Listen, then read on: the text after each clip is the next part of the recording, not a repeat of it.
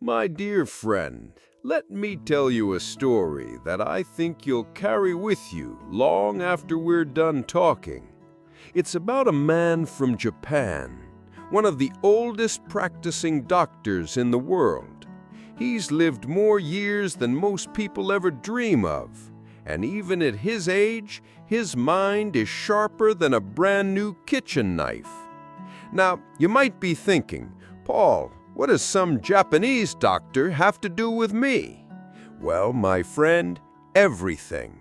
Because what he discovered about the human brain and what he practiced in his own life is something you and I can use right now, especially once we cross that sacred milestone of 60.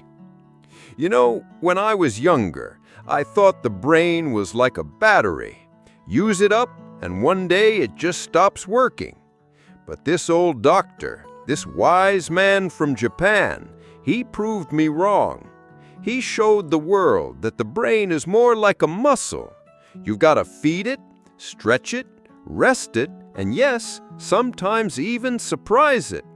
If you don't, well, let's just say the lights start flickering upstairs faster than a motel sign in the middle of a storm.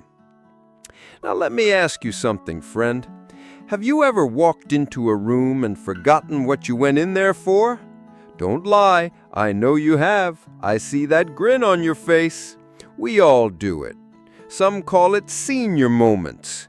But if you ask me, that's just an excuse people make when they don't want to admit they've let their brain get lazy. Because let me tell you, when you hit your 60s, 70s, even 80s like me, your brain doesn't need to retire. It just needs the right care, the right routine, and the right little bedtime rituals to keep it sharp. And that's exactly what this Japanese doctor taught. Now, picture this. An old man, well past 100, still putting on his white coat, still walking into his clinic, still giving advice that could change lives. That's not just luck. That's discipline, wisdom, and secrets passed down from generations of Japanese culture. The land of longevity, they call it. And if you want to keep your brain from shrinking into a raisin before it's time, you'll want to hear every word I'm about to tell you. But before I get into the real juicy stuff, let me give you a laugh. When I turned 70, I thought I'd test my memory by reciting the names of all my old girlfriends. Bad idea. Not because I forgot. Oh no, I remembered too well. My wife almost threw the frying pan at me when I got to number 5. So let's just say, sometimes forgetting is a blessing, huh? But other times it can be a curse. And I don't want you or anyone else our age to lose the memories that matter. Your kids' voices, your favorite songs, the faces of people you love. That's why this story is important. So here it is. The oldest doctor in Japan used to say, "What you do before bed decides how your brain will work tomorrow." Simple words, but boy, they carry a punch. He believed that if you take care of your mind in those quiet nighttime hours, you can hold on to your sharpness well into your golden years. And I don't mean just reading a book or sipping tea. No, he had a handful of very specific habits that I'm going to share with you. Let's start with the first one. Gratitude before sleep. Sounds cheesy, I know. But this doctor would actually write down 3 things he was thankful for before closing his eyes. Not on a fancy phone app, not on some expensive journal, just a simple scrap of paper. Why? Because when you fill your mind with gratitude, you push out the stress. And stress, my dear, is like rust on the brain. Leave it there long enough, and the gears stop turning. Now, I can already hear you saying, "Paul, I'm too tired at night to write things down." Well, then say 'em out loud. I do. Every night, I lie in bed, stare at the ceiling, and say, I'm grateful I made it another day. I'm grateful for the laughter I shared. And I'm grateful my dentures didn't fall out at dinner. See? Gratitude doesn't have to be complicated, but it keeps the mind alive. The second ritual was movement. Oh yes, even at night. The doctor believed that gentle stretches before bed could pump just enough blood to the brain to keep it healthy. Nothing fancy, just lifting your arms, bending your knees, maybe even a little toe touching if you're brave. Me, I tried yoga once. Let's just say I got stuck in a position and my grandson had to call for help. But still, moving your body, even a little, tells your brain, hey, we're alive, let's keep it that way. Now, here's the third secret, and I want you to really pay attention here. He avoided heavy meals before bed. That's right, no late-night steak dinners, no bowls of ice cream the size of your head. Why?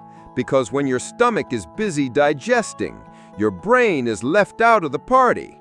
And believe me, the brain doesn't like being ignored. So he'd eat light at night, soups, vegetables, maybe a little rice, and that gave his brain the rest it needed to reset for the next day.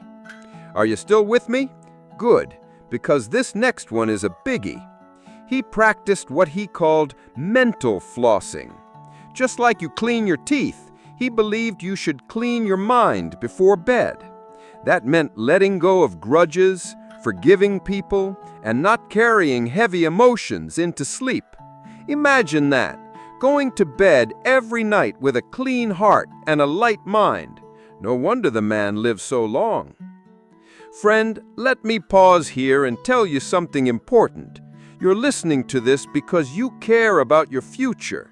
You care about holding on to your memories, your sharpness, your independence. So if you're nodding your head right now, do me a little favor. Hit that like button, share this story with someone you love, and subscribe to this channel.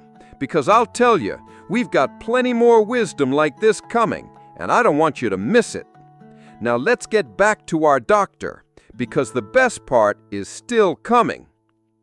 The fifth secret was one I never expected: bedtime stories. Yes, a grown man, over 100 years old, still told himself stories before sleeping. He said imagination is the exercise yard of the brain. If you stop dreaming, you stop growing. So every night, he would picture himself walking through a garden, or sailing across the sea, or even having conversations with old friends who had passed. That way, his brain was always alive, always wandering, always creating. And the research today backs him up. Imagination keeps the mind young. But wait, I know what you're thinking. Paul, do you really do all this before bed? Well, I'll be honest, I try. Some nights I fall asleep halfway through my gratitude list, and other nights my bedtime story turns into me snoring before I get to the ending. But I'll tell you something. Ever since I started practicing these rituals, my memory's gotten sharper, my sleep's gotten deeper, and I wake up feeling younger than my driver's license says. And here's something else this Japanese doctor would remind us of. Don't fear aging, fear neglect. Don't fear wrinkles, fear regret. Because, my dear, getting older is a privilege denied to many. But keeping your mind strong, keeping your brain alive, that's the gift you can give yourself starting tonight. So let me leave you with this. When you lay down tonight, don't just let the day slip away. Remember the old Japanese doctor. Remember gratitude, movement, light meals, forgiveness, and imagination. Do these things and you won't just sleep better, you'll live better. And more importantly, you'll hold on to the memories that make this beautiful life worth living. But don't go anywhere just yet, because I've still got a lot more to share with you. I've barely scratched the surface of what this wise old man taught me, and how it changed my life, and how it can change yours too. So grab yourself a cup of tea, settle in, and let's go even deeper into the world of bedtime secrets that can protect your brain power after. Now, where were we?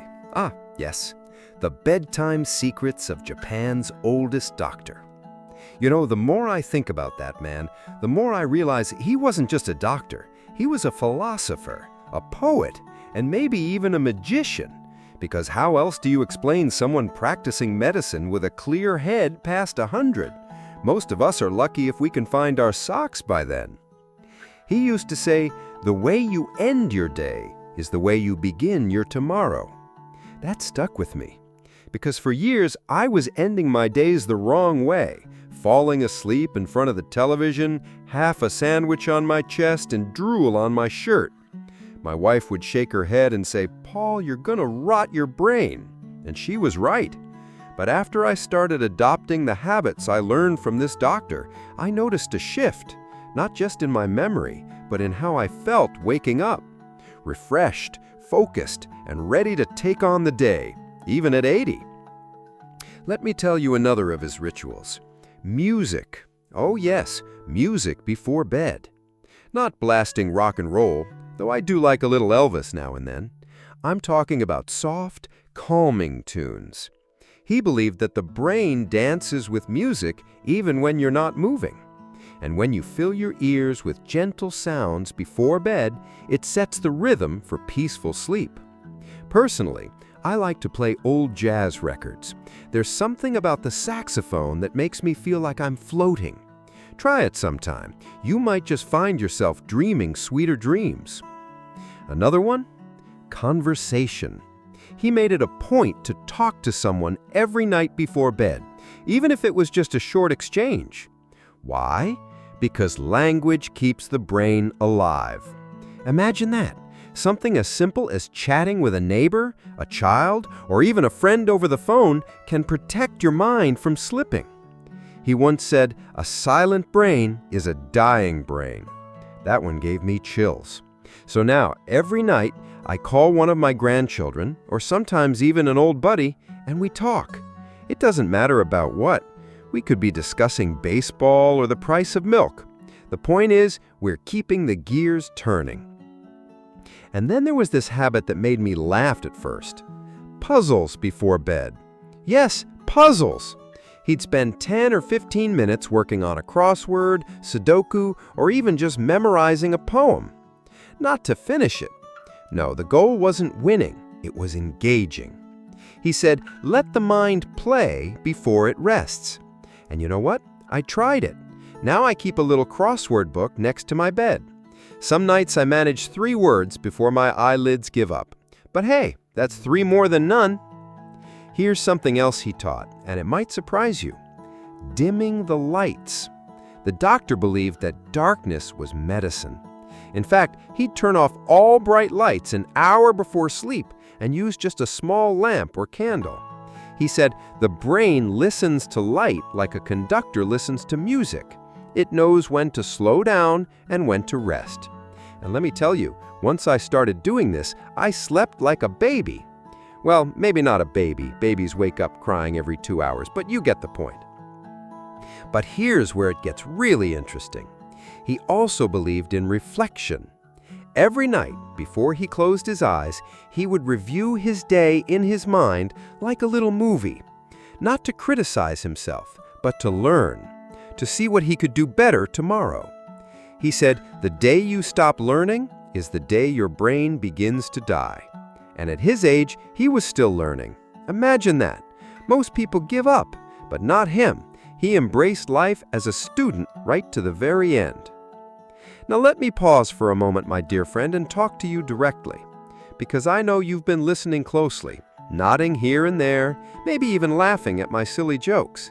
But I also know you might be thinking, Paul, this all sounds good, but it's a lot. Can I really do all this?